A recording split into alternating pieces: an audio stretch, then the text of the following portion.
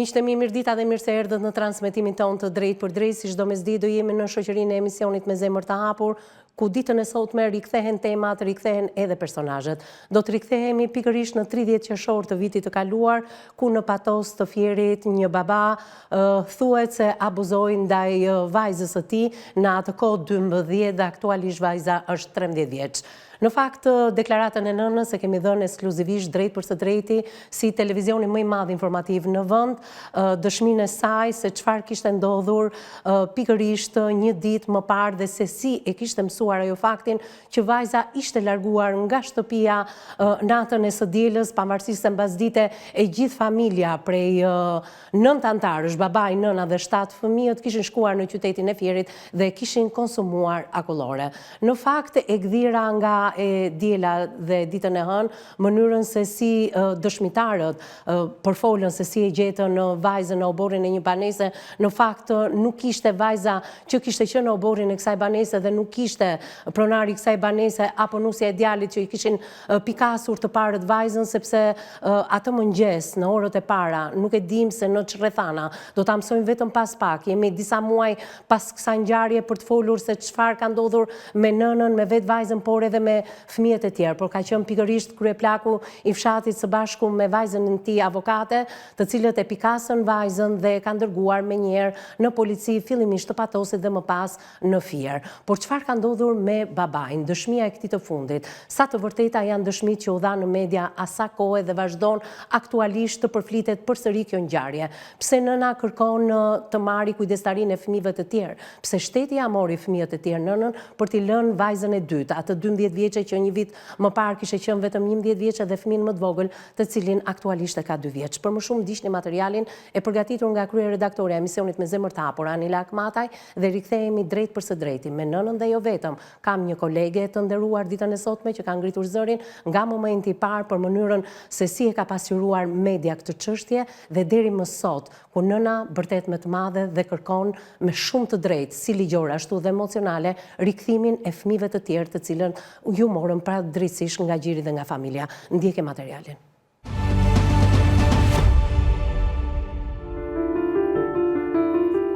Ngjarja e rëndë që tronditi Fierin vetëm 10 muaj më parë rikthehet sot me të njëjtën dhimbje, por me një thirrje edhe më të fortë për drejtësi. Ishte një pasdite që ndryshoi përgjithmonë fatin e një familje, kur një vajzë vetëm 12 vjeçare gjeti forcën mbi njerëzore për të thyer heshtjen dhe për të denoncuar makthin që mbante brenda vetes prej vitesh. Ajo që nisi si një njoftim nga fqinjët, zbuloi një nga krimet më makabre brenda llojit. Përpara psikologëve në komisariatin e Fierit, e mitura dëshmoi me zërin që i dridhej se autori i dhunës ishte pikërisht ai që duhej ta mbronte, babai i saj 36 vjeçar. Dëshmia e saj ishte një thik në zemër për këtë që e dëgjoi. Ajo nuk foli vetëm për një rast, ajo rrëfeu një kalvar abuzimi sistematik që kishte nisur që kur ishte foshnjë, vetëm 5 vjeç. Babai i vendosur në pranga pranoi krimin, por u mbrojt me fjalët, ndodhi vetëm një herë, një përpjekje e dëshpëruar për të minimizuar një jetë të shkatruar, ndërkohë që e bia u dërgua me urgjencë drejt Tiranës në një qendër reabilituese. Ndiqni rrëfimin e nënës.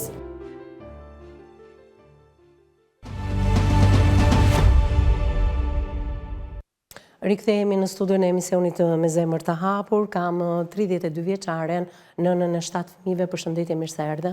Përshëndetje, mirë se erdhe.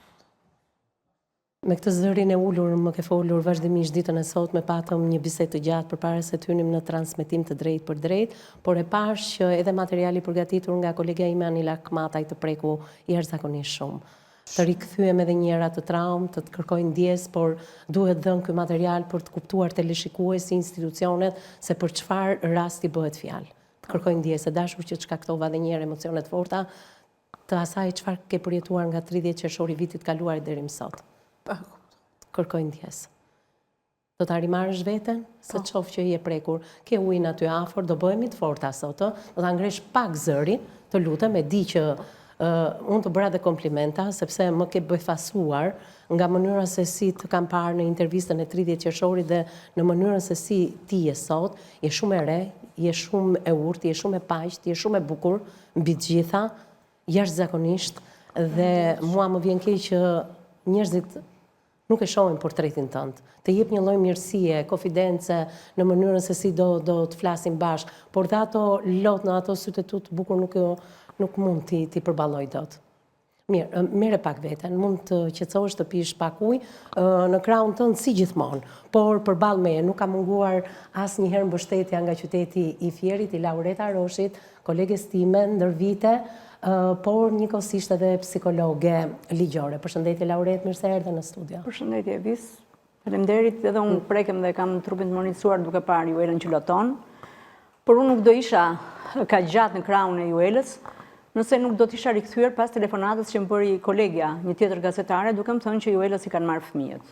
Do më thënë, unë kam raportuar ngjarjen ashtu si ju, po pas jush, nga sheqishtja, nga shtëpia ku të gjithë kolegët vërshuan, morën intervista, duke vënë në presion që ç'a do thuash ti se burri jot ka abuzuar, ndërkohë që gruaja kish kaluar një kalvar vuajtjeje te komisariati 24 orë në komisariatin e Patosit dhe duke parë që i shoqi po prangosej dhe i thoshte që mos ki merak se do të sqarohet, një grua që kish parë fëmijën e vet të qerrë në fytyrë dhe të shkëputur nga ky realitet në praninë e punonjësve social të Bashkisë Patosit. Më pas, është një detaj kjo qira në fytyrë e vajzës, shenjat që ajo ka pasur që ne themi për herë të parë në studion e emisionit Me zemër të hapur, sepse në shokimit jo, nuk e ka pyetur njëri nënën me pyetjen çfarë ndodhi kur pe vajzën. Asnjë nga ne nuk i bëri pyetjen. Ne kemi bërë vetëm pyetjen ç'a do thuash ti për burrin abuzues. Dhe unë ju kam thënë që nuk pa shenja dhune në sytë atyre fëmijëve ditën që kam intervistuar nënën. Kaq. Unë shkëputa, ndoqa vendimin e gjykatës me masën e sigurisë, pa shtitujt abuziv, babai, mostër, babai dhunues, edhe njërë them që nëse ai abuzuesi, do t'i provohet, por rrethanat sjellin shumë dyshime. Cilat janë rrethanat që sjellin shumë dyshime? Ngjarja ka ndodhur të hënën, në mëngjes, në agimin e të hënës. Është njëra nga vajzat që ngrihet dhe thotë, mam, bab, po ikën vajza, motra e madhe, se s'po ja them emrin, po del nga shtëpia. Dhe u quan ta kërkojnë, dhe nuk e gjetën. Dhe nëna nga Kacolli Afqin ka dëgjuar zhurma, dhe që përjetime që i ka treguar në polici, po si ka marrë asnjëri seriozisht. Vajza është gjetur nga kryetari i fshatit, Afrimi, dhe këtë Afrimi ma ka pohuar kur unë kam shkuar për të intervistuar pas ngjarjes së rëndë, pas këtij abuzimi të rënd vajzës, nënën. Dakord? Dhe ky Afrimi u zhduk pastaj. Dhe pash që dilte në ekranet televizive një person tjetër, një fqinj, që tregonte se si e kishte marrë, se si vajza i kishte thënë këtë e atë. Janë të gjitha absurditete që njerëzit nxiten ndonjëherë për të bërë gjykim të një personi që nuk e njohin, por ama i e ka bërë se doli në televizor. Ky është ngërçi i parë në punën tonë të përditshme, nderuar mike, që ndonjëherë ne tërheqim vërtet interesin dhe publikun mbi komunikatat e policisë, por pa folur ekspertët është shumë e vështirë të vendosësh gjithçka. Në rregull, kemi tani një baba pas prangave, kemi gjithë këto muaj një nën që përjetoi e vetme gjithë të traumë, përjetoi një izolim total se nuk është se mbrojti dhunusin, babain, mostër të komunikuar në media, por kërkoi të vërtetën, sepse vajza ka dalë nga shtëpia pa shenja dhe në raportin e masës së sigurisë së babait. Dërguar nga prokuroria nënës, muaj më vonë, për të treguar që po zgjatën dhe 3 muaj hetimet, tregojnë dëmtime, më falni dhe për kodin e etikës, po e them, abuzime shumë të forta të një fëmije 12 vjeç.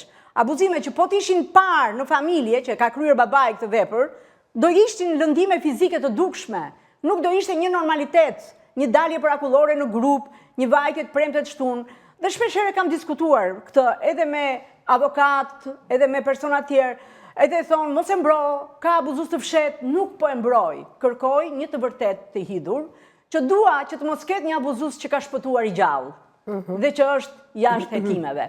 Nëse ky babai ka abuzuar me vajzën, le të provohet faji i tij. Ato dëshmi që janë hedhur në media ngren shumë pikpyetje. Dakord? Nuk kam as nuk e kam takuar, as nuk kam, domethënë, jam me atë pjesën që të ketë një dënim maksimal kur t'i provohet faji.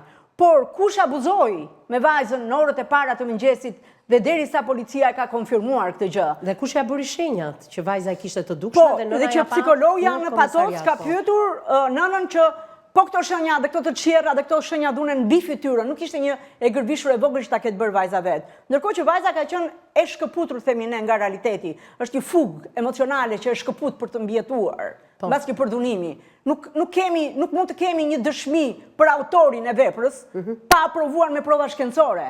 Nuk mund të dënojmë njëri vetëm me prova rrethanore. Megjithatë, thashtë dhe njërë, duket sikur pa dashur kaloj, nuk jam duke mbrojtur fare personin e dyshuar dhe të vënë pas hekurave. Janë hetimet që po vijojnë dhe kam një respekt absolut që prokurori që doli jashtë vettingut ishte prokurori që nisi këtë çështje, por tashmë janë 3 zonjat e hekurta që po hetojnë këtë çështje. Ajo që më shqetësoi mua dhe më riktheu në këtë çështje është situata e marrjes fëmijëve Juelës. Domethënë, unë kam shkëputur marrëdhëniet derisa Juela përfitoi banesën për shtrim social nga Bashkia e Fierit. Vendimi i Këshillit Bashkiak ishte një ndihmë e vogël financiare, por ishte menjëhershme.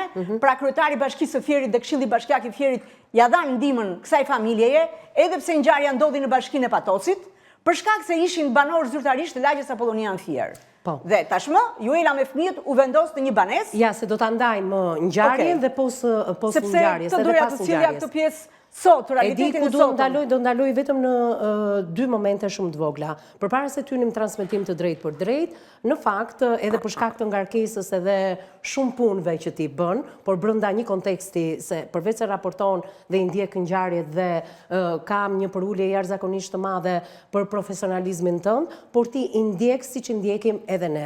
Dua të ndaloj pak dhe ta kam nisur linkun e emisionit të datës 30 qershor, jo vetëm me intervistën e nënës dhe mënyrën se si ajo intervistë erdhi nga kolegët e mi në Fier dhe nëna ka qenë e vetme me fytyrë të mbuluar. Ne nënën gjatë zhvillimit të emisionit e kemi telefonuar dhe pyetja ime ka qenë a je përballur me vajzën në komisariat dhe si ishte përballja me të.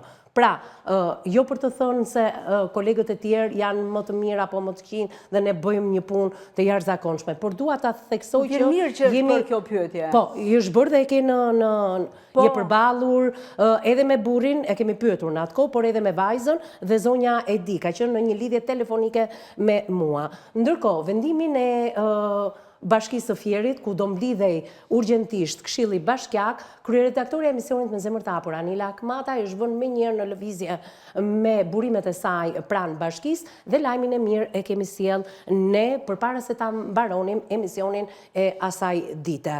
Këtu dua të ndaloj dashur Lauret që ndoshta jo të gjithë kolegët, jo shpejtësia e lajmit të na bëjë që të gabojmë. Ndonjëherë edhe mund ta kemi bërë pa dashjen tonë, duke menduar se do ndihmojmë të ftuarit. Do ndaloj se do bëjmë një analizë të gjatë pjesa post të ngjarjes, por le të ndaloj pak tek nëna. Të bëra një kompliment e dashur sepse je 32 vjeç dhe shoqet e tua ende se kanë filluar jetën dhe ne duhet të duartrokasim të përulemi përballë teje se ke sjell në jetë 7 fëmijë. Dhe është kujdesur. Po, patjetër, i ka sjell në jetë dhe është kujdesur vazhdimisht për ata 7 fëmijë. Do ndalojmë fakt edhe përballjen tënde të parë me fëmijët, pasi ishte marrë motra në atë kushte se duhet të ndarë edukata që i ka dhënë nëna, por nuk mund të përjashtojmë dot as babain deri në momentin që gjykata do marrë një vendim, do mbarojnë hetimet dhe do marrë një vendim për të.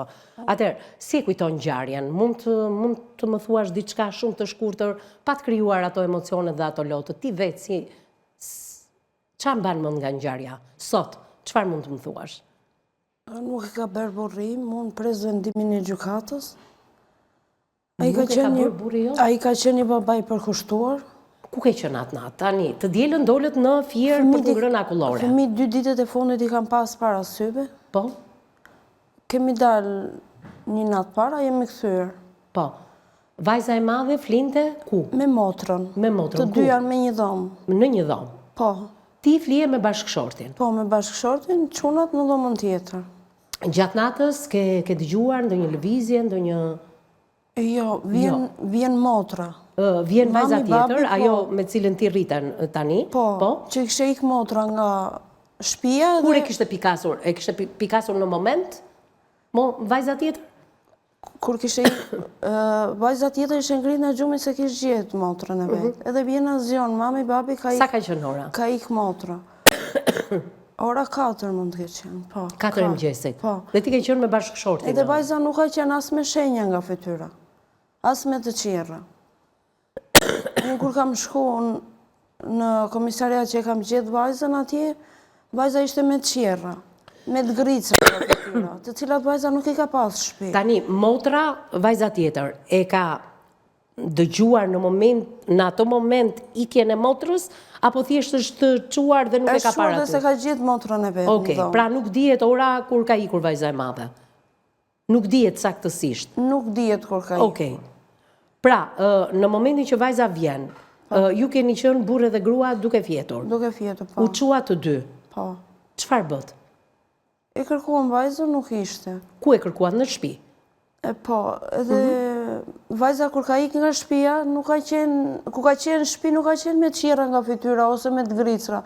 Kur kam shku në komisariat që kam gjetë vajzën, e kam gjetë me qira nga fytyra, duke lujt me i lodër, ishte në botën e vetë, si ishte në realitet. Po ti dole nga shtëpia bashkë me burrin? Edhe psikologja më pyeti. Shkuat me njëherë në komisariat, apo duke kërkuar në për shtëpi, dëgjove ndonjë zhurmë, ndonjë gjë që... Dua të theksoj çik faktin se psikologja më pyeti çan këto të gricra në fytyrën e vajzës. Sa po hyt në komisariat? Po, psikologja duhet i shkruante në raport këto. Nuk i ka shkruar në raport. Të pyeti ty? Po. Nuk i ka shkruar në raport, por të pyeti ty. Po, që duhet i shkruante në raport. Nuk i ka shkruar. Për kasollën aty, kam thënë që kam gjë zhurma. Kur kontrollonit për vajzën, keti dëgjuar zhurma në kasolle? Kur po kontrollonit për vajzën, burrë e grua, ju afrove kasollës ti që çfarë janë këto zhurma? Jo, nuk u afrova kasollës, e kishim kasollën afër aty në gjithu, kam dëgjuar zhurma aty te kasolli. Të cilat unë i kam thënë në komisariatin e policisë Patosi që është punuar shumë keq, ata u larguan të vërtetës. Asnjë gjë nuk shkruajtën nga ato që thoshja unë.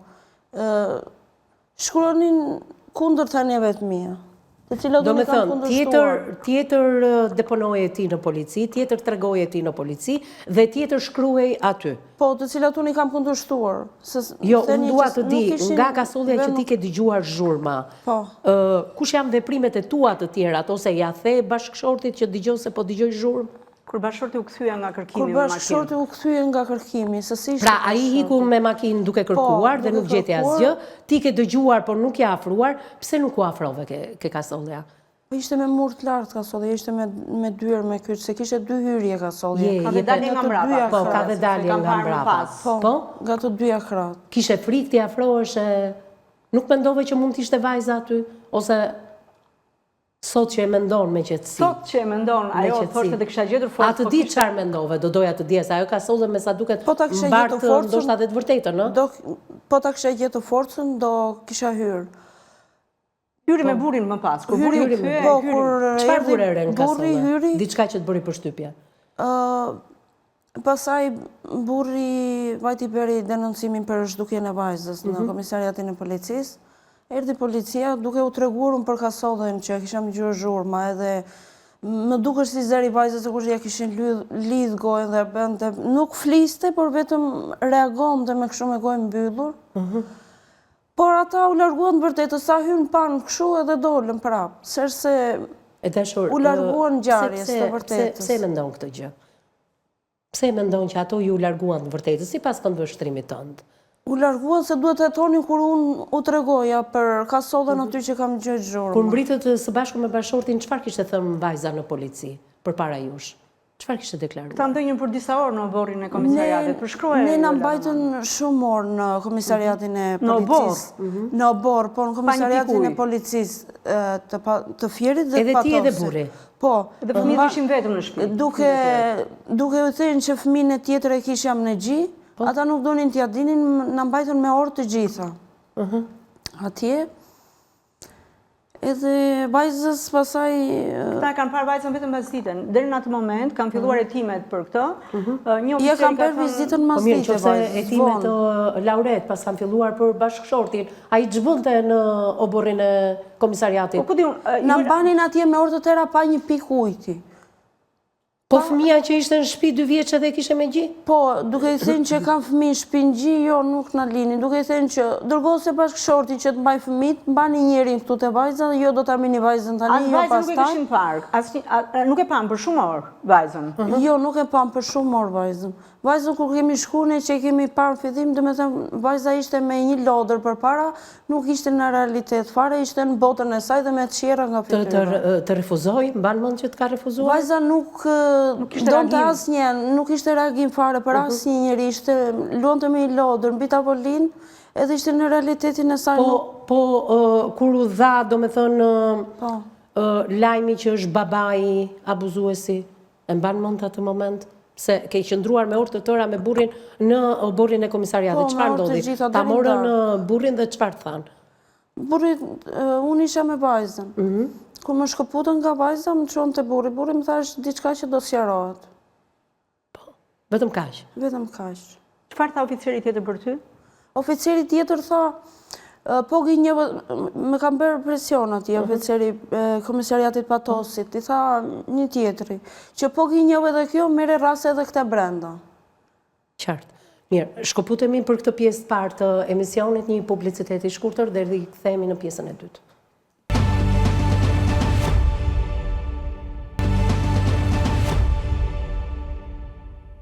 Mbas hapësirës së parë publicitare, jemi drejt për së drejti në pjesën e dytë të emisionit.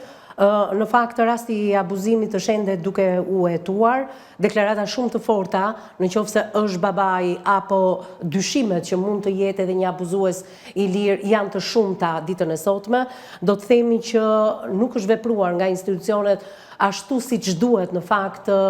Në qoftë se nuk është babai abuzues, kemi një abuzues tjetër të lirë dhe çfarë po fshihet pas gjithë këtij hetimi, shpresoj që hetimi të nxjerrë të vërtetën, por mbi vajzën në atë kohë vetëm 13 vjeçe nuk është ngritur asnjë komision dhe nuk janë bërë të gjitha ekzaminimet e duhura që mund t'i bëhen një vajze e cila për shumë kohë ka jetuar në Gjermani, edhe mësuesja e saj në moshën 5 vjeçare ka vënë re çrregullime të shëndetit të saj mendor, më vjen keq edhe për këtë gjë. Gjithsesi, institucionet nuk kanë vepruar, kanë menduar se pjesa post ngjarjes mund të veprohet, por dhe pjesa post ngjarjes ka abuzimin e institucioneve ndaj kësaj nëne duke i marrë 4 fëmijë të tjerë dhe duke i lënë vetëm 2, vajzën 12 vjeçe dhe më të voglin djalë 12 vjeç, pse janë marrë këto 4 fëmijët e tjerë. Laureta Roshi gjithmonë e ka bërtitur në media të gjithë këtë gjë. Laureta, e di çfarë bëri përshtypje në narrativën tënde në pjesën e parë të emisionit? Nuk fole në numrin njëjës të abuzimeve, por termat mund t'i përdorim ne, sepse ka të tjerë që i përdorin dhe që ama normalisht edhe mund t'i lejoj këta. Flet jo për një lloj abuzimi.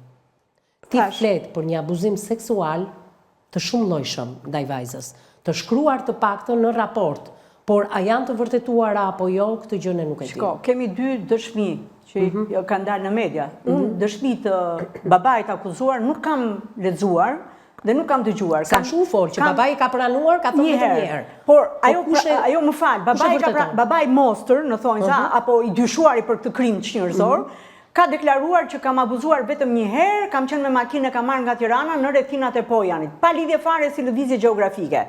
Tani, ose dhe babai ka çrregullime të trurit, dhe është një abuzues i fshet dhe që po e provon policia tani dhe ka gjetur abuzuesin, okej, prokuroria do t'i marrë provat gjitha, dhe nëse ai është ai babai abuzues, ai do dënohet. Edhe masakër për mua nëse ai është babai abuzues. Por kush më sqaron me prova shkencore momentin nga ikja e vajzës pa shenja, nga dhoma dyshe me motrën, në një abuzim ekstrem, anal dhe vaginal, sipas masës sigurisë së babait. Këto të qerrat të bëna re nga psikologja e Patosit, në komisariatin e Patosit. Babai si e ka bërë deklarimin vetëm një herë, ma thuaj pak. Ai dhe oficeri policisë gjyqësore OPG-ja, apo ai dhe avokati? OPG-ja nuk ka patur avokat të gatshëm, të paktën në dijenin time, nuk pranonte njëri sepse ne kemi stigmën shumë të fortë. Në tilla situata duhet të themi dhe që ishte një njeri që nuk është se kishte një rreth familjar që mund ta mbronte, mund të ofronte para për avokat, mbeti në mëshirën e një avokati të gatshëm dhe mbeti në sensibilizimin që opinioni nxehet menjëherë, një baba ka abuzuar me vajzën, kush e hedhin dyshime, është vajza biologjike, s'është, nuk ka asnjë rrethan, nuk del asnjë ekspert i shëndetit mendor të sqarojë situatën që duhet presim pak, nuk del specialisti i zonës që duhet thotë që ky krim ndodhi kështu, u fsheh kryetari i fshatit që e gjeti vajzën në kanal dhe që lajmëroi policinë. Janë dy detaje që këto lloj fshehtësirash dhe ti merr pastaj dhe lexon aty që në zonë ka kamera ose pranë shtëpisë së zonës? Pranë kasolles, sepse ajo kasollja është e pranë kasolles është një vilë që ka kamerat. Po. Mirë. Dhe dua të them që është e njëjta rrugic ku ndodhi krimi monstruoz 10 ditë më pas, që vajza vrau babain dhe masakroi në organet gjenitale. Pra, efekti i një ngjarje kaq të rëndë, i një krimi kaq të rëndë mbi një të mitur, ka përmasa të tjera psikologjike. Nuk është vetëm s'është babai. Edhe mënyra se si e qasim ne të vërtetën. Ne na ka munguar burimi zyrtar, na ka munguar specialisti i zonës të flasi me të vërtetat. Na u ngrit një opinion që e shkullën shtëpinë nga sheqishtja. Iku familja. Zhdukuni, se do nderte gjaku, thoshte komshia. Por realisht, çfarë u fsheh aty me këtë spostim të menjëhershëm të familjes? Që thash që fakti që ishin banorë zyrtar të Apolonis, jetonin që nga deportimi i Gjermanisë në këtë shtëpi, e kishin thjesht në përkujdesje, ishin të rregullt në pagesën e dritave të ujit, ishin shumë të rregullt në gjithë lagjen, fëmijët ishin fëmijë aktiv. Nuk ishte një baba abuzues që i mbante të fshehur ta. Qartë, ndalojmë pak tek... Nuk duhet ma marrësh për ndonjë sas nuk e njoh dhe nuk kam pikën e... Jo. Them ndonjëherë që... Shiko, është mirë t'i themi, Laure, se kasollja po del tashmë në sipërfaqe, ndihmojmë hetimin, nuk duhet të heq vëmendjen nga babai abuzues tek ngjarja e kasollës. Në të njëjtin vend, për 10 ditë ka ndodhur 2 ngjarje të së njëjtës natyre. Dua të them që mungon, mos kemi një abuzues të lirë, kjo është frika ime më e madhe. Mungon një provë shkencore, një protokoll i vërtet, një raport psikiatri për vajzën, sepse vajza u dallonte. Nëna e tha që e kam pasur probleme në Gjermani, e deklaroi për mediat, nuk është se e fsheu. Nëna e deklaroi që i kam pasur fëmijët në vëmendje. Nëna e deklaroi që vajzat flen bashk, nuk e deklaroi flen veç dhe babai merrte nga njëherë Patrician.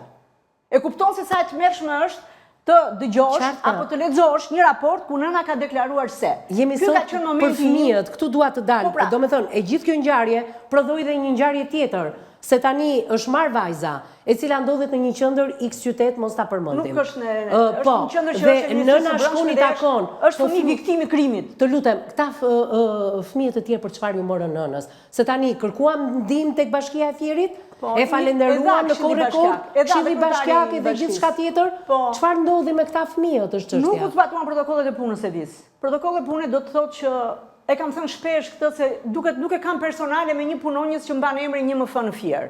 Po një person nuk mund të jetë edhe në komisariat për ngjarjen që ndodh sot, edhe për trajtimin e familjes që është kilometra larg, edhe për dinamikën e kësaj familje që është me një viktim të krimit seksual dhe fëmijët tani po përballen me një opinion mbi babain e tyre. Pra, Juela u morë së bashku me fëmijët dhe shkuan në një shtëpi. Në një shtëpi X. Se s'dua më tani... Edhe me atë shtëpinë është përfolur shumë për kushtet edhe për gjitha. E lëm tani mos të devijojmë audiencën. Sot Juela është në Tiranë, një sekond, vetëm këtë duhet të them. Sot Juela po punon. Po. Dhe ka marrë leje sot këtë të premte për të takuar fëmijët e vet, sepse nuk mund të takojnë në fundjavë. Qartë. Dakor, fëmijët janë të shpërndarë në institucione. Dhe imagjinon një nën, ka apo s'ka mundësi financiare që e bjerë dietë malli për fëmijët dhe duhet vi gjatë javës për takuar fëmijët, një grua që s'kish punuar kurrë, që s'kish marrë asnjë vendim pa të shoqin, që kish lindur dhe ish kujdesur për fëmijët, një grua vjen tani në Tiranë vetëm. Nuk mund të themi që s'ka punuar kurrë, se të lindesh dhe të rrisësh edhe të edukosh. Mirë, punë e papaguar, më fal. Okej, po flasim për atë punën e paguar në mjedis të hapur. Befas kjo gruaja, mbetet e vetme me fëmijët për t'i ushqyer, pa të drejtën për t'i çuar ata në portë. 7 fëmijë pra, më. Po ja pra ja këtë jam duke thënë. Në muajin unë u shkëputa nga ngjarja, domethënë mbasi u vendosën fëmijët nga qershori deri në tetor. Domethënë puna jonë bën që të kemi dinamika të tjera. Po, na merr. Në momentet që në fillim të nëntorit, në fillim të nëntorit kolegja 27 tetor. Në sa 27 tetor. 27 tetor, më mbrapa më ka marr kolegja. Nga fillimi nëntorit. Dhe më thotë që shikoj se Juelës i morën fëmijët. Si ja morën fëmijët Juelës i thash, domethënë se nuk tash dinamika e ngjarjeve dhe rikthehem edhe një herë dhe shikoj që gjej Juelën, marr informacionin natyrisht nga kolegja, si u morën fëmijët u morën dhe Juela akuzohet për keq trajtim fëmijëve, se si i merren fëmijët. Dhe shikoj që Juela në atë periudhë ishte pas një ndihmë ekonomike, 140.000 lekë, që është një ndihmë ekonomike, 6 fëmijë. E turpshme, 140.000. Edhe nëna, 140.000 lekë, pa u quar fëmijët në kopësht dhe qerte, sepse duhet paguante, duhet merte dhe certifikatat nuk i kishte. Fëmijët e tjerë që shkonin në një shkollë, afërsisht mos 1 kilometër, sepse nga thellësia e rrepeve të shkolla në periferi të Fierit, dhe janë breza të ndryshëm, klasa e parë, klasa e tretë dhe klasa e 5 dhe 6, si mund të shkojnë këta fëmijët, si mundet kjo në 2 në krah, ti heqi osh dhe çoj këta të tjerë, ti presi nga shkolla, pra një ecejake. Edhe duhet punoj. Nuk punojnë dhe dot, po do me thënë, dhe ajo që është më e keqa është që fëmijët nuk morën trajtime psikologjike, nuk morën as trajtime të tjera, thuhet ju dhan ndihma, po nëna do lek, është e turpshme. Ndihmat që u dhan ishin ndihmat më të fundit, ne gazetarët mblodhëm lekët dhe çuam ushqime në sheqisht që mbetën atë shtëpi mbasi u shpërngu në ndunshëm. Spitali çoi disa ndihma, po vetëm mbledhura nga punonjësit e spitalit. Bashkia ja kishte dhënë ndërkohë Këshilli Bashkiak këtë vlerën financiare që shkoi me cejake financiare me taksit lart të poshtë që ishte fier derisa u gjet shtëpia, sepse askush nuk e pa këtë shtëpi ku shkuan këta fëmijë. Asnjë MF-ja e Fierit nuk e pa dot si ishte shtëpia. Nuk shkoi dot ndonjëherë, por ishte paragjykimi dhe forca e opinionit ishte shumë e egër. Ndalojmë pak keq trajtimi nënës ndaj fëmijëve. Ku u pa? Kush ishin elementet? Nuk u pa keq trajtimi. Djali i madh kërkonte me çdo kusht të kthehej babai. Ndërkohë në rrjetet sociale po shikonin që babai e ka bërë këtë veprim. Djali i madh tha, unë do vras veten nëse nuk vjen babi në shtëpi. Kjo situatë, Juela ka kërkuar ndihmë nga një MF-ja psikologjike, me sa që më kanë thënë. Edhe me shumë të drejtë. Dhe me shumë të drejtë. Në shkollën 9 vjeçare janë mbajtur disa proces verbale dhe i ka marrë këto. Psikologja është treguar shumë e kujdesshme të shkruaj që fëmijët kanë thënë këtë për nënën, fëmijët ishin ashtu, por ka haruar të shkruaj që vërtet në atë datë 27 tetor, kur kanë shkuar makinat e policisë në oborin e shkollës për të marrë 2 fëmijët e tjerë, dhe ndërkohë që Juelën e kishte marrë SPZ-ja nga shtëpia bashkë me fëmijët, jemi në një situatë ku fëmijët kanë ngelur në kushtet e padëgjueshmërisë të nënës, kanë bërë vepra vjedhje, thuhet. Tani të ndajmë 2 gjëra. Kemi një viktimë të abuzimit seksual që është dërguar në një qendër rehabilitimi, por kemi edhe 6 fëmijë të tjerë të lënë vetëm me këtë nënë.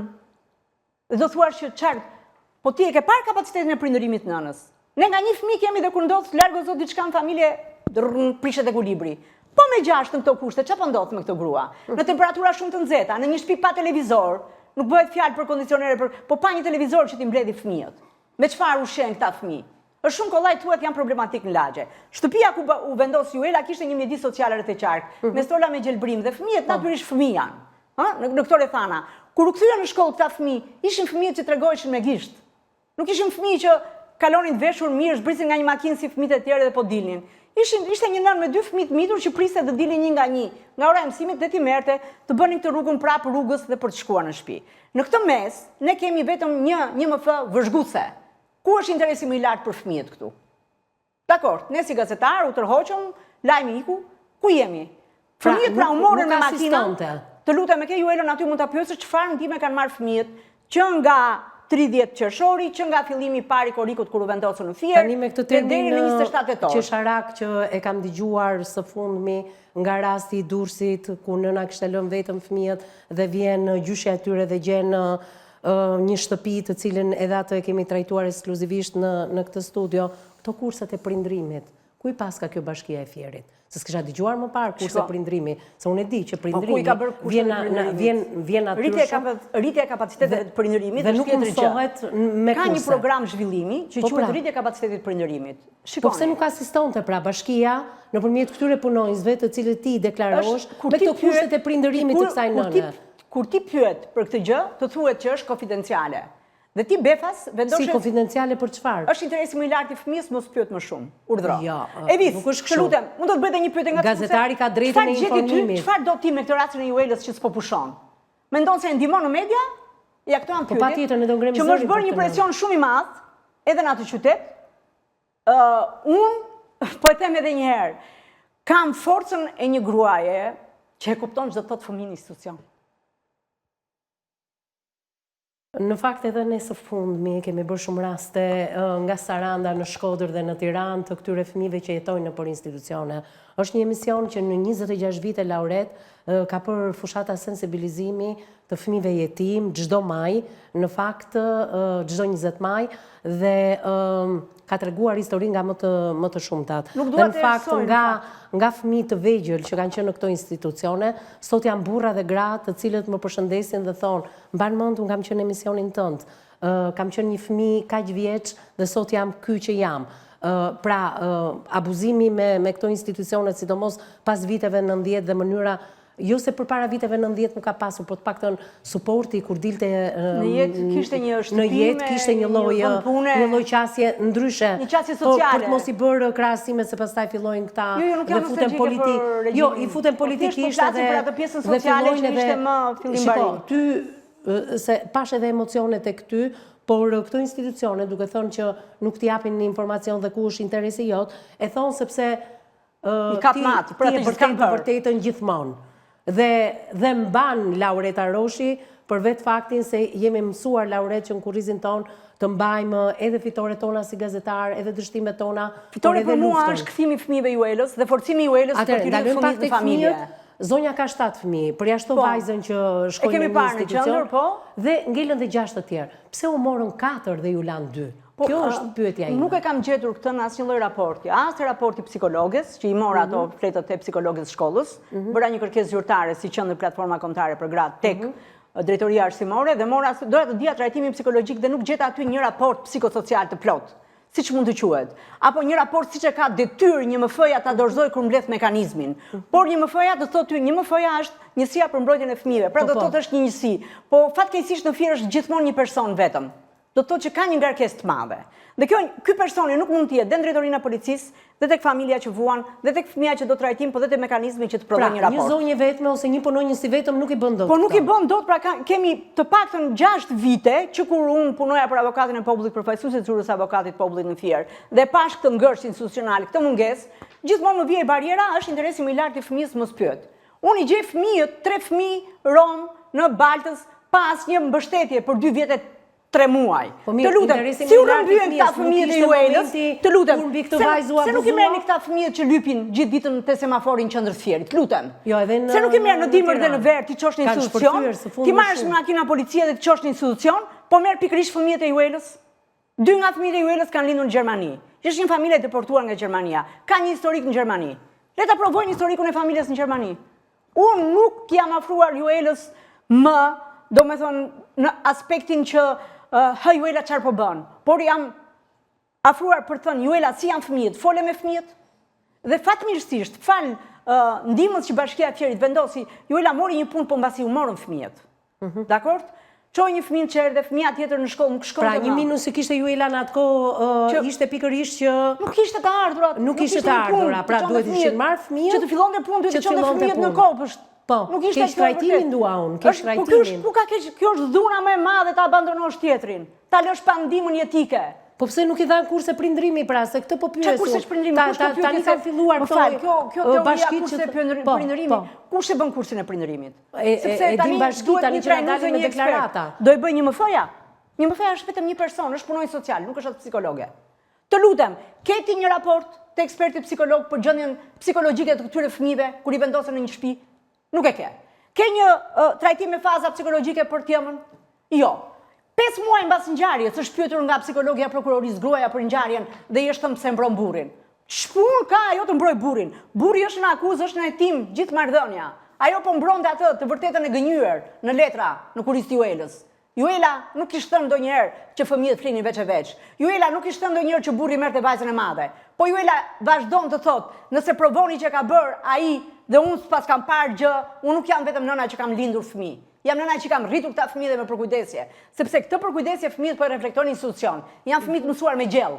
Janë fëmijë të mësuar me edukat dhe me higjenë personale. Është kjo Juela pra. E palodhura brenda shtëpisë, që i ra ky halli. Dhe vim në një moment shumë decisiv, që prekem shumë, sepse Bashkimi Evropian, në raport vlerësimin e situatës së shërbimeve sociale në Shqipëri, është direktiva që nuk ka më rezidenca për fëmijët. Fëmijët do të shkojnë në familje kujdestare. Ju lutem, kjo nuk është kampan alarmi, kjo është një dritë semafori e gjelbër për të treguar që familja është shumë e rëndësishme për fëmijën, edhe familja me një prind. A është vënë një afat kohë nga Bashkimi Evropian se kur do shkrihen këto institucione? në 2030. Duhet ta gjesh Shqipërinë pas një institucion rezidencial në këtë aspekt. Pra, duhet filloj dhe gradualisht një nga një duhet të... Po duhet bashki të punojnë për familjet, për gjetër familjet e sigurta dhe të shtoj kapacitetet për ta monitoruar situatën. Po kur s'ka monitoruar një UEL që është... Po kur e lexoj nëna biologjike. Nëna sot ishim në shtëpi. Laurita, ja, një minutë, dua të di edhe kaq. Fëmijët merren me një vendim gjykate. Ka pasur një vendim gjykate për marrjen e këtyre fëmijëve? Ngjarja ka ndodhur datën 27 tetor me makina policie. Mbaj pak tu se kam kaluar me 27 tetor, rikthehemi të ma tregosh narrativën dhe kush është thirrja jon e fundit se kemi ardhur në fund, në pjesën e tretë, publiciteti i dytë dhe rikthehemi me njëherë.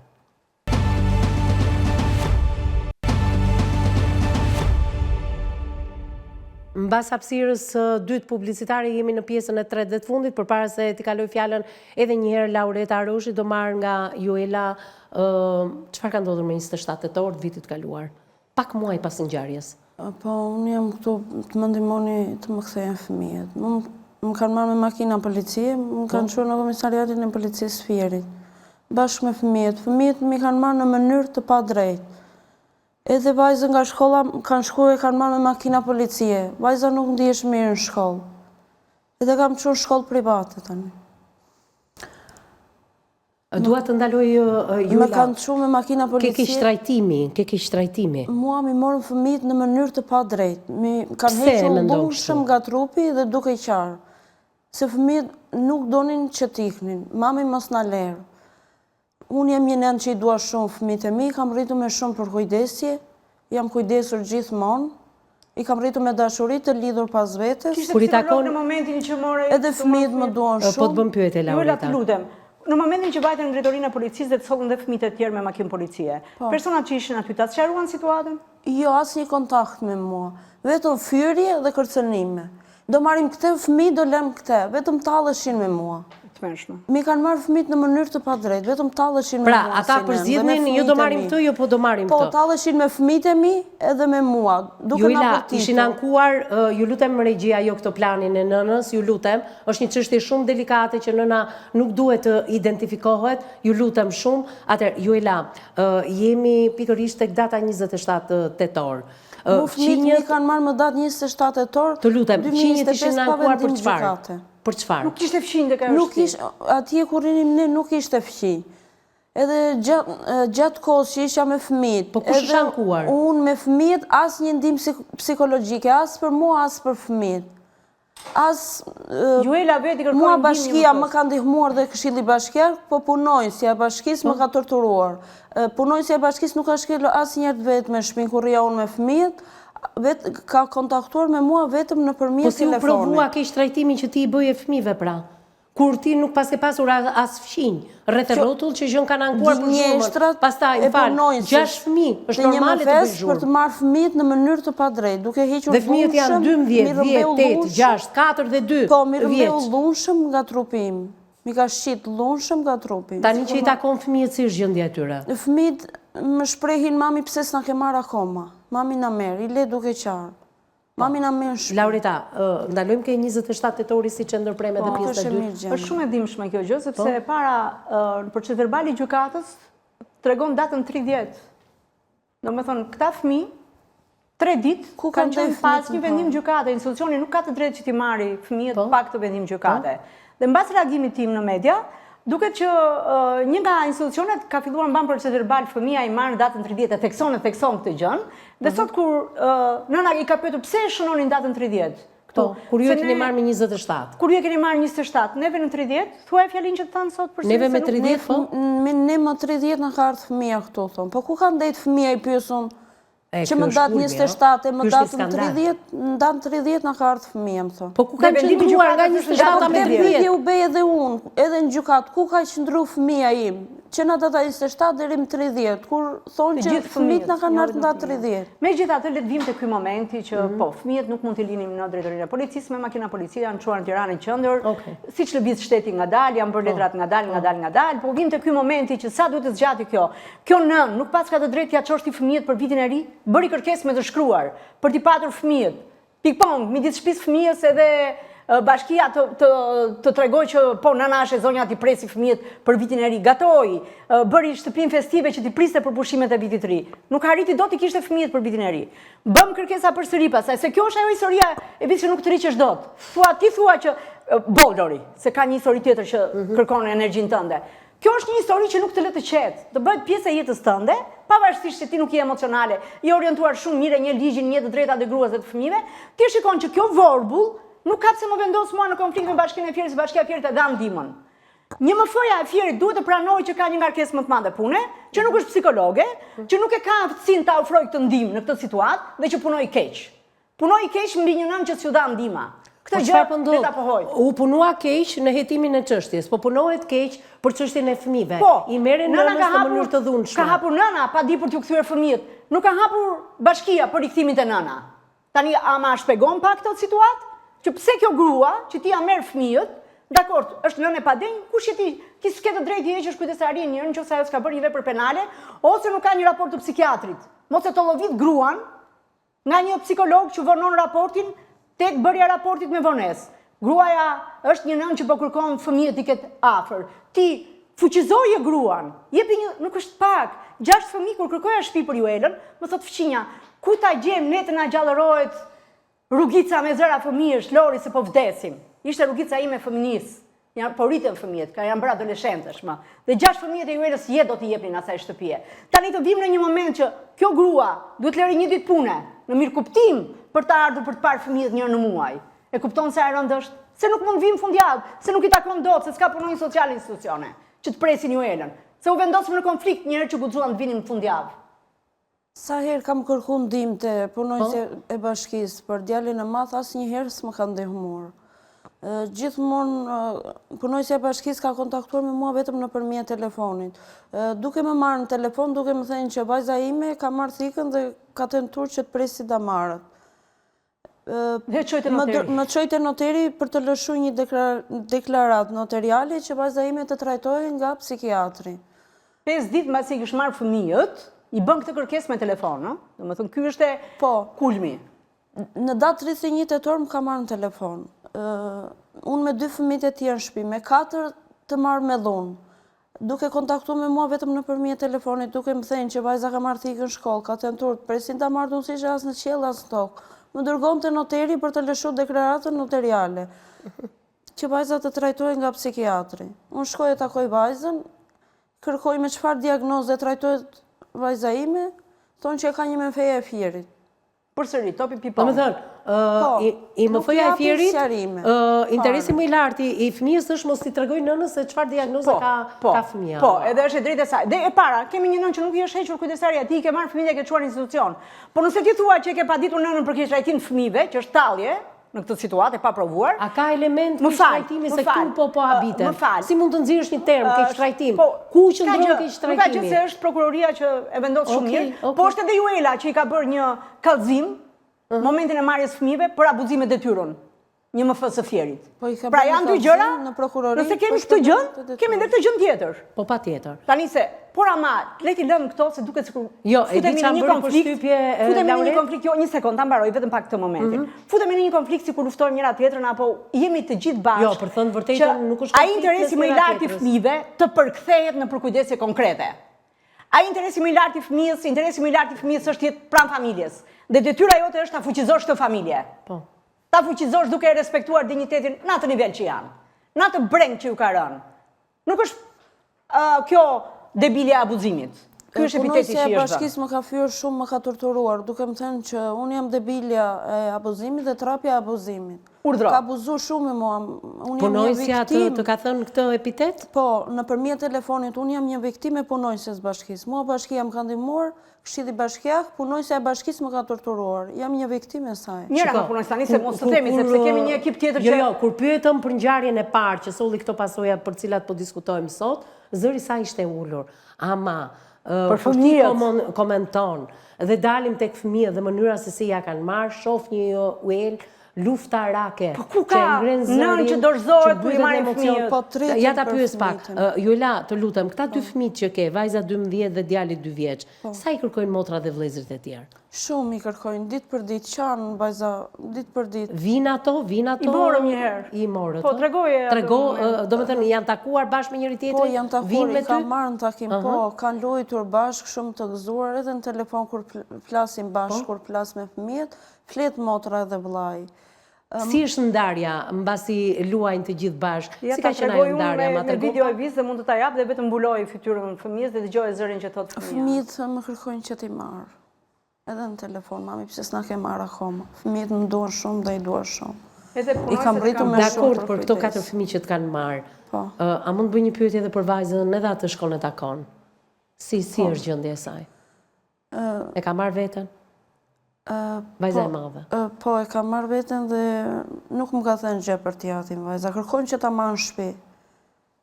Ndihem e sigurt në shtëpi, mami thotë. Më merr në shtëpi. Laurita, se po shkojmë drejt fundit, por kemi gjëra të tjera të pasqaruara.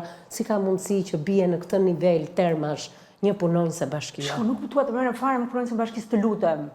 Bashkia e Fierit i ka dhënë punon në Gjelbrik, jo të lutem, termi është shumë i rëndë, dhe ta zgjidhi, ka një kod etike, ka një... Nuk duhet merrem me këtë pjesë fare, të lutem. Nuk e humbac kohën, mua më intereson kthimi i fëmijëve të nëna në familje. A ka shanse të kthejnë këta fëmijët atëherë? Pendimi i gjykatës është martën, gjithmonë shtyhet, 2 herë u shty seanca për mungesën e raportit të psikologes. Le të presim. Tani të martën që do të jetë vendimi i gjykatës. Mirpo, gjykata do ta marrë vendimin mbi të sjelljurat. Kjo bashkia ka detyrim të mos thotë vetëm interesi. Juela ka çuar provat e saj. Se gjykata flet me prova. Po ka marrë avokat Juela. Jo, dakord. Sepse deri më pas që Juela ishte pa avokat, sulmet nga Juelës ishin në mënyrën më ekstreme nga ekipet që shkonin për t'i mbajtur këta fëmijë. Që të mohimi datës marrjes fëmijëve. Dakord. Data e marrjes fëmijëve me makina policie është fiksuar nga psikiatria, nga psikologja e shkollës. Dhe kemi në gjithë veprimtarinë një mungesë raporti dhe të dhënash nga psikiatri që trajton vajzën e qendër. Dakord? Sepse diagnoza e saj vërtet është më e hershme, por nëna do të di si e ka fëmijën. Nuk mund të marrësh ti në telefon ti thuash, shko bëj një deklaratë notariale për trajtim psikiatrik, se vajza jote ka tentuar të presi damar. Unë vajzën e kam pas edhe në Gjermani me probleme. Po. Laurita. Është vetëm një apel. A mundemi ne si institucione, sepse dhe ne media institucion jemi, të kemi bon sensin e mirë për të kuptuar që mirëritja e fëmijëve është në familje dhe detyra jonë është ta fuqizojmë këtë familje sa të mundemi. Gjë që Bashkia e Fierit e ka bërë, ka punësuar nënën, ka dhënë mundësinë e çuarjes së djalit në çerdhe, pavarësisht se nëna e zgjodhi për shkak të stigmës që kishte vajza, ta çonte në një shkollë private sepse vajza nuk pranonte më të shkonte në shkollë mbasi u morën fëmijët. Dakord? Nuk shkonte më në shkollë. Dhe të gjitha këto gjëra, Laurita, ne po përshëndesim Bashkinë e Fierit dhe unë kam përshëndetur edhe vendimin që ka marrë dhe isha e para që ka qenë shumë mbështetës më pas. Por çështja është kjo drejtoria që varet nga bashkia, se duket dy institucione. Është fshehur mbas rutinës, mbas emrit të institucioneve dhe mbas termit interesi më i lartë. Raporti psikologjik që pritet të japi vendimin ditën e marrë gjykata. Çfarë thot për nënën? Digjë se ka pasur. Nuk e kemi parë, s'është dorëzuar akoma. Po nëna ka pasur një takim me psikologen e kësaj çështje. 2 takime. Edhe në Tiranë edhe në Fier virtual. Okej. Shpresoj të jetë në takimet një profesionist ashtu siç duhet. Nuk ka se si po të shkojë ndryshe, më fal, të lutem me vizë. Duhet ta theksoj këtë fakt. Ti heq të drejtën e prindërimit të kujdesarisë nënës vetëm kur ajo është dënuar për një vepër penale ose kur ka një sëmundje psikiatrike të rëndë, se mund të ketë dhe një diagnozë të lehtë. Ka, jo, gjitha diagnozat të bëjnë dhe hiqet me vendim gjykate. Kush je ti që më ndërmerr këtë hap dhe quan aty thjesht nëna biologjike? Ora është përfaqësuesja ligjore Juela. Sot ajo ka firmosur një proces verbal në shtëpinë e Foshnjës, ku nëna biologjike gjatë takimit etc. Edhe kjo më merr në telefon thotë, "O Lora, ta firmosun këtë, sepse zot firmosi më gjëra pa kuptim." Se është shkruar kështu dhe kështu. Firmose i them se nuk na intereson më asnjë konflikt tani në prani të fëmijëve. Na intereson marrja e fëmijëve. Dakord? Na intereson marrja e fëmijëve. Nëna është përfaqësuesja ligjore e vetme dhe unë kërkoj vetëm fuqizim të nënës dhe të asaj familje me kthimin e fëmijëve. Mos të fshihemi mbas termave. Termat zyrtar na justifikojnë atë që s'kemi bërë. Le të bëhemi bashkë për të bërë më të mirën. Laurita, do guxoj të bëj një pyetje. Të paktën kjo është një perceptimi imi gjatë gjithë këtij emisioni. Ka lidhje abuzimi me presionin që po i bëhet kësaj nëne me marrjen e fëmijëve? Ka një lloj lidhje, se mu më duken sikur janë të lidhura zinxhir. Unë nuk mund të flas dot për provat shkencore të abuzimit, nuk lën vetëm babain person të dyshuar. Dakord? Pra, nuk jam duke thënë që babai nuk është, apo është. Provat Po unë shkencore po e pranoj. Provat shkencore deri tani nuk tregojnë që është vetëm babai, por është se është provë shkencore raporti i ekspertit mjekoligjor që tregon abuzim të rënd të vajzës. po. Është shumë e rënd fakti që është gjetur me gërvishe të mëdhaja dhe dhunë. Po pra, e tham, mund të Se, jetë... shiko, nuk ka qenë një gërvishe e vogël, ka qenë gjithë portreti i vajzës. Dakord pra. Dakord? Po themi që në qoftë se kemi abuzuesin e lirë, që është bërë ajo puna në mbrojtje të është përgjegjësia e institucioneve, dhe është marrë me forcë nga sherishta për ta çuar në firë. Sheqishte, po. Sheqishta. Nga sheqishta për ta çuar në firë. Atëherë, ndalojmë pak këtu. Presioni që po i bëhet nënës kaq muaj pasi nëna u kthjellua dhe tha... Nuk ti të them dot, sepse të shpjegova. Ka një pikë takimi, Nuk apo i bëhet një lloj Nuk mund ta presioni? hamësoj dot për faktin se A ka dyshime pra? Edhe unë me dyshimet dyshime janë flas. tek momenti që Juela sjell të dhëna faktike, mungon një raport i psikiatrit për Patrician, ekziston një raport i ekspertit mjekoligjor për abuzim të rënd. Pra një abuzim i rënd brenda familjes do ishte vënë re nga fëmijët apo nga nëna. Po hajde po i lëm që nëna do të mbroj babain abuzues që është kulmi. Po hajde po e marrim mirë qenë. Fëmia tjetër do i përshkruante që motra kishte këtë shqetësim. Motra mbas ditën e të dielës kanë qenë parakullorët në një qendër të qytetit. Fola edhe një herë për keqtrajtimin që nëna i bënte këtyre 4 fëmijëve. Janë marrë 4, janë lënë 2, tani skandal. Por e ndajmë atë momentin e bukur kur ke shkuar për herë të parë dhe e ke takuar këtë zonjë. Pikërisht në shtëpi ku ka ndodhur. Kam qenë pas jush. Po, Duke parë ke këto qenë pamje, pas nesh. Po. kam qenë pas jush. Çfarë ka ndodhur me fëmijët? Kam gjetur kryetarin e fshatit aty dhe nuk Po. e haroj. Rrëfimi i parë për mua ka qenë kryetari i fshatit. Po. Më dha dhe numrin dhe e çova në redaksi që të fliste. Sepse Edhe ishte unë nga personi numri që gjeti kryetarit vajzën. fshatit kam folur, ju e lajm ban. Po, ditëm Dhe ti ke folur nga numri kryetarit nga fshatit numri, dhe ti e ke dëshmin që kryetari i fshatit është ai që e gjeti i pari. Pra unë dhe ti jemi në një pikë. Jo, unë nuk e dia e ka gjetur, por nga numri kryetarit të fshatit kam folur me zonë. Unë gjeta kryetarin e fshatit në shtëpinë e Juelës dhe ja ku është Juela, kryetari i fshatit ma përsëriti që jam unë personi që gjeta Patricia në kanal. Po. Ishte një person i ikur nga kjo botë. Po. Natyrisht Dhe i fëmijë dihet, pse? dhe ka njoftuar policinë. Kryetari i fshatit po shkonte me vajzën e vet avokate në Vlorë për një gjyq, ishte herët. Po. Më pas unë jam shokuar nga dalja e një personi tjetër në ekran, jo gjeta unë, jo djali, jo nusja djalit, prallat e legjendat urbane që gëlojnë, dhe të jem e sinqert, mbas dhënies së masës së arrestit burg për babain, unë u tërhoqa nga kjo çështje. Jo, dua kur vajte atmosferën e këtyre fëmijëve, këta fëmijë të keq trajtuar. A këta fëmijë Çfarë ishin bën? ëngjëj, le që më dëgjuan se ju thash kam nevojë të flas me mamin pa ju. Do më ndihmoni për këtë gjë? Kanë shkuar të gjithë tek një dhomë tjetër. Dakord jam kështu se e mbaj mend si tani. I vogli flinte, i mituri nga gjiri e buri në krah, Juela. Ka marrë intervistën, më pas ka mbyllur kamera dhe të gjitha kanë hyrë fëmijët. Semi, më ka sjell një portokollat, Semi ishte? Me syt blu. Edhe mere më tha, dhe më thëmë kështu, sepse ndjehu që isha në kratë nënës, nuk ja sulmova nënën. Thash, jo, unë kam pirë, thash, kjo është për ju. Edhe nuk e mori për vete, ja drejtoi Juelës. Atë limonatën, mam, ti. Po, A ishte ky momenti? Po, ky Se tani moment. e vis po më emocionon se e kam atë framing kështu. Kam dalë nga ajo shtëpi për të folur sërish me kryetarin e fshatit, kështu e lam, domethënë, dhe pastaj asgjë. Dhe thash, mbasi doli masa e arrestit burg, dhe t'jem dhe e sinqert, mbasi doli në përmeti ajo babaja abuzues, jo mostra tash Lor, jo gjithmonë ndjeshmëria jote, dhe unë i pash ata fëmijë si një person që kërkoi të vërtetën, shumë but, duke respektuar kodin e fëmijëve. Ata nuk ishin gjurmë dhune. Ata nuk më fshinin asnjë gjë, sepse shumë mirë mund të ma jepnin. Isha një person që më besuan shumë gjëra. Edhe më pas, domethënë nuk jam një Sherlock Holmes dhe nuk kam asnjë gjë as me një më thënë dhe me asnjë që punon me fëmijët. Dua vetëm trajtim me dinjitet të viktimave dhe t'i lëm kohën institucioneve të nxjerrin të vërtetën. Nëse ky babai është abuzuesi, ky do dënohet dhe të masakrohet. Nëse ka dhe një abuzues tjetër, apo është vetëm ai abuzuesi tjetër që nuk është zbuluar akoma, të gjitha këto i takojnë grupit me 3 prokurore. Le të mos rëndojnë më në kujtesa figurative lëviz. Unë do jem shumë kurioze ta shoh rrëfimin e Juelës që ju ka dhënë juve, edhe këtë kujtesën sot. Po. Do më thënë jam shumë e vërtet me këtë që po them. Fëmijët Do më thënë mikrobi je i kurioze vërtetës për ta nuk më lë. ndjekur. Duhet shoh ndryshimin. Okej. A japim regjia pak se çfarë ka thënë me 30 qershor të vitit kaluar Joela, të cilën e kam në studio sot. Unë nuk rjem, kërkoj se që i vajzën dhe njoftoj policin. Policia i gjeti vajzën, edhe vajza kështë treguar që papa e kështë përdonuar. Unë shkoj në polici, ati i marrë vesh. Të gjitha, vajza i thot të gjitha, që i kështë periati. Sa vjeqë është vajza? Vajza është 12 vjeqë.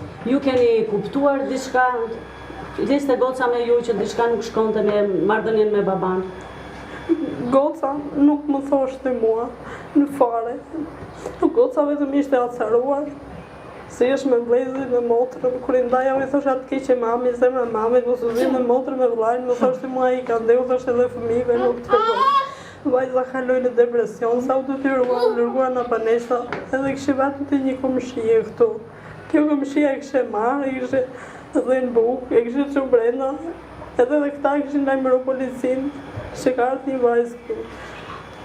Edhe vjen policia më lajmëroj që e gjithi vajzën dhe në tharet polici. Shkojmë ne mua më rasti bombë kjo. Të gjitha i mora vesh ati që jati më hirtë që për në vajzën. Një pyetje që të sofat dhe thirë për kutesës. Juve thatë që bashkët ju e kështë përdhunuar. E kështë përdhunuar pje, apo disa ditë më parë? Vajza kështë deklaruar që i kështë përdhunuar edhe në para, dhe që 5 vjeqe në Gjermani, unë nuk dijam gjë. Kur i mora vesh atje, më rast një bombë, tani vajzën më kanë shteti, më ka quar në Tiranë për rehabilitim, se vajza kaloi në depresion. Okej. Ja pra, jemi këtu.